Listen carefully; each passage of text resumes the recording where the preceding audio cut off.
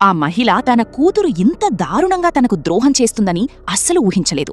తాను ఎప్పుడెప్పుడూ ఆ బంధించబడిన గ్రామం నుంచి తప్పించుకోవడానికి ప్రయత్నించినా ప్రతిసారీ తన భర్త, గ్రామస్తులు కలిసి ఆమెను తిరిగి పట్టుకొచ్చేవారు.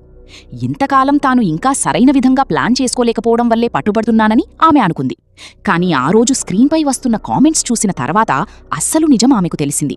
తాను ప్రతిసారి పారిపోవడానికి ప్రయత్నించినప్పుడు తన కూతురే రహస్యంగా అమ్మమ్మకు విషయం చెప్పేదట. అంతేకాదు, తల్లి వెళ్లేదారిలో చిన్న చిన్న గుర్తులు పెట్టి వాటిని చూసి తండ్రి, గ్రామస్తులు ఆమెను వెంబడించేలా చేసేది.